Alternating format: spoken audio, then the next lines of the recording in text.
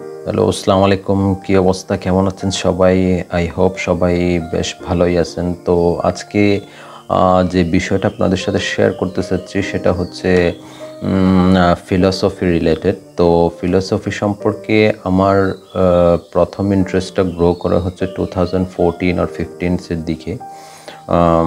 একটা মুভি দেখতে গিয়ে মূলত কিউরিওসিটিটা খুব ভালোভাবে আমাকে পেয়ে বসছিল আর কি। যদিও আমি ওই ব্যাকগ্রাউন্ডের কোনো স্টুডেন্ট না, বাট সামহাউ ওই ছবিটা দেখার পর আমার খুবই এটা সম্পর্কে কিউরিওসিটি জাগে আর কি। ফিলোসফিটাকে আরও খুব ভালোভাবে দেখার বা পড়ার ব্যাপারে একটা আগ্রহ তৈরি হয়।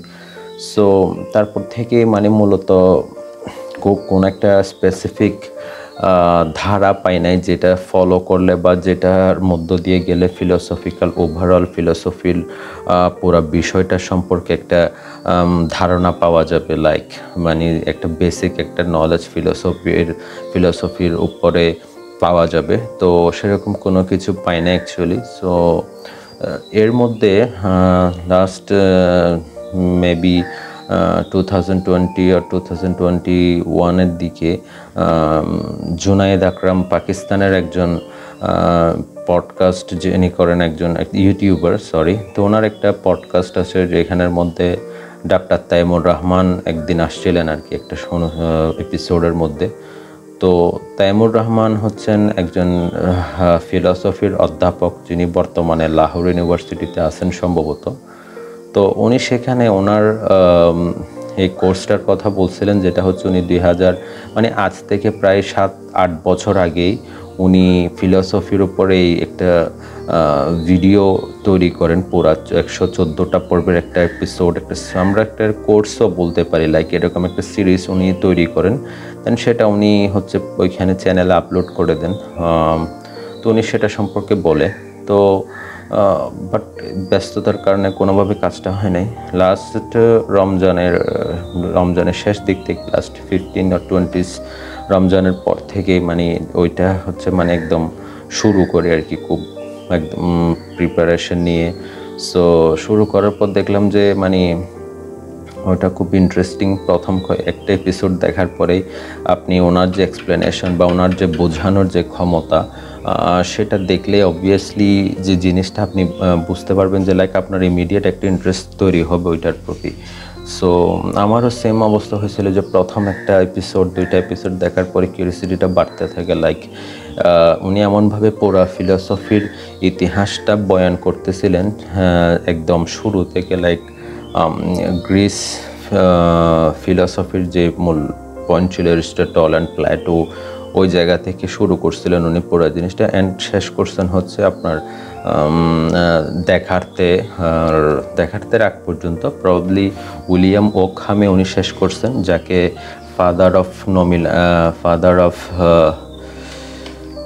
ওনাকে বলা হচ্ছে ফাদার অফ নমিলাজিজম প্রবাবলি। আর উইলিয়াম অফ ওকহাম হচ্ছে ওনার নাম বেসিক্যালি, যেখানে উনি শেষ করছেন আর কি, যে যাতে 114th এপিসোডে উনি ওটা শেষ করেছেন।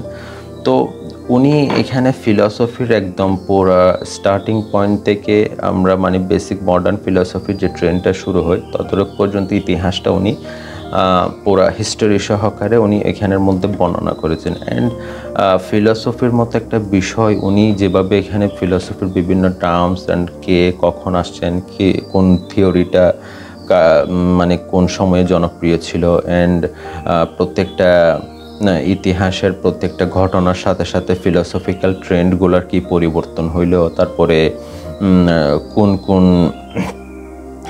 কোন রাজবংশ বা কোন পিরিয়ডের সময় কোন ফিলসফিগুলো এফেক্টিভ ছিল, অ্যান্ড কারা বিভিন্ন থিওরিগুলো দিলেন, অ্যান্ড ওইগুলার ফলে ওই জনজীবনে বা ওই এম্পায়ারের সময় বা ওই সময়গুলোতে কি এফেক্ট বা কি প্রভাব পড়ছিল, উনি পুরো বিষয়টাকে খুব সুন্দরভাবে এক্সপ্লেন করেছেন ওভারঅল এই পুরো সিরিজটার মধ্যে।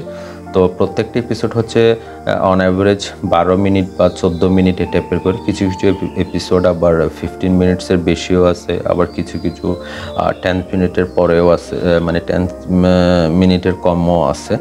তো অসম্ভব একটা ভালো একটা কাজ উনি করেছেন।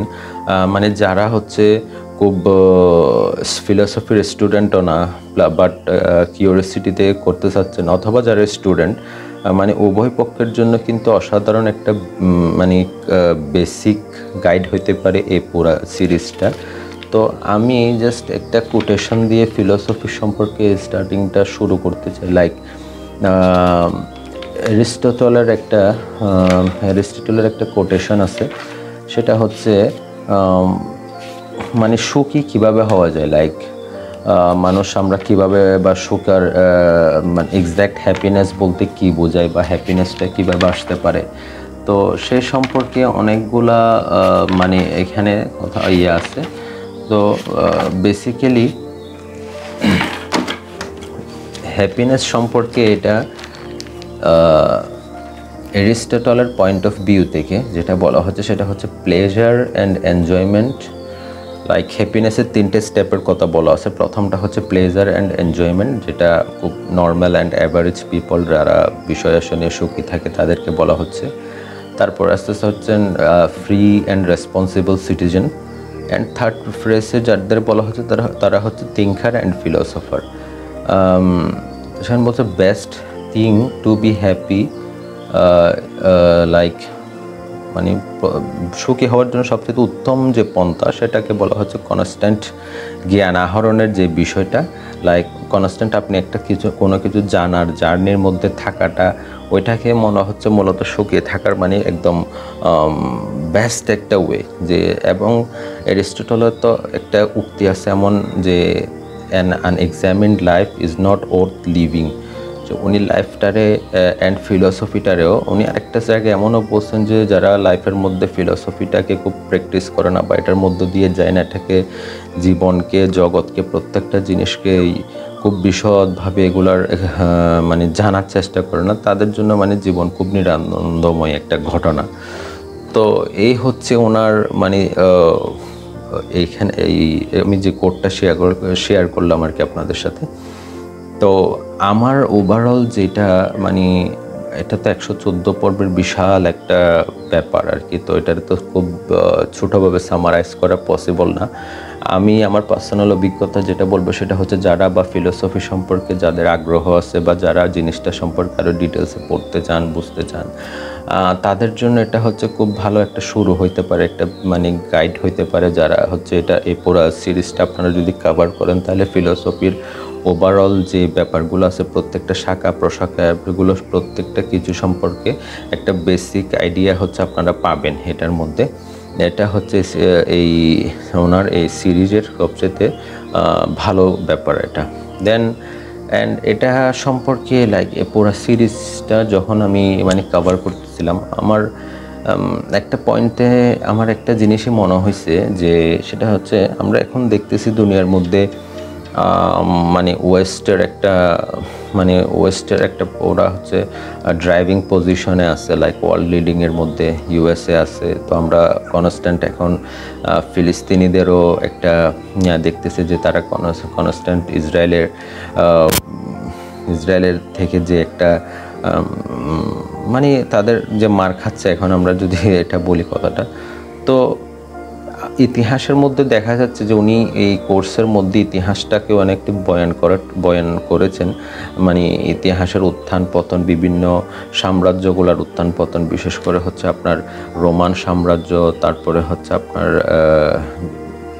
গ্রিসের মধ্যে যেই সাম্রাজ্যটা ছিল সেটা, তারপরে হচ্ছে ইসলামী সাম্রাজ্যের উত্থান পতন, দেন তারপর বর্তমান সময় এখন ইউরোপিয়ান এনলাইটেনমেন্ট, পর থেকে ইউরোপের এখন যে ধারাটা আছে সেটা। তো ওভারঅল পুরা সিরিজটা যখন মানে পড়তে গিয়ে আপনি একটা বিষয় খেয়াল করবেন, বা আমার পার্সোনালি একটা বিষয় খেয়াল হলো যে সেটা হচ্ছে কোনো একটা সাম্রাজ্য বা কোনো একটা ইতিহাসের যে সমস্ত আপনার বড় সাম্রাজ্যগুলো ছিল খুব শক্তিশালী সেই সময়ের অনুসারে, বা খুব বিশাল সাইজে এবং শক্তিতে, সামর্থ্যতে, সব কিছুতে খুব যারা একদম খুব লিডিং পজিশনে ছিল, বা যারা খুব ক্ষমতাশালী ছিল আর কি, তারা কেউ কিন্তু মানে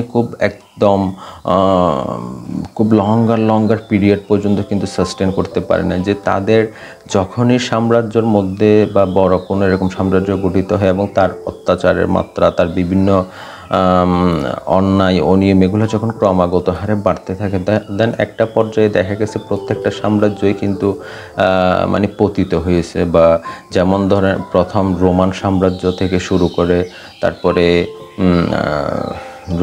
রোমানদের পরে হচ্ছে আপনার যে ইতালিয়ানদের যে এখানে রোমের মধ্যে যেটা ছিল, দেন গ্রিসে যারা ছিল প্রত্যেকে, তারপরে অ্যারাবসদের একটা বেশ ভালো উত্থান হয়েছিল।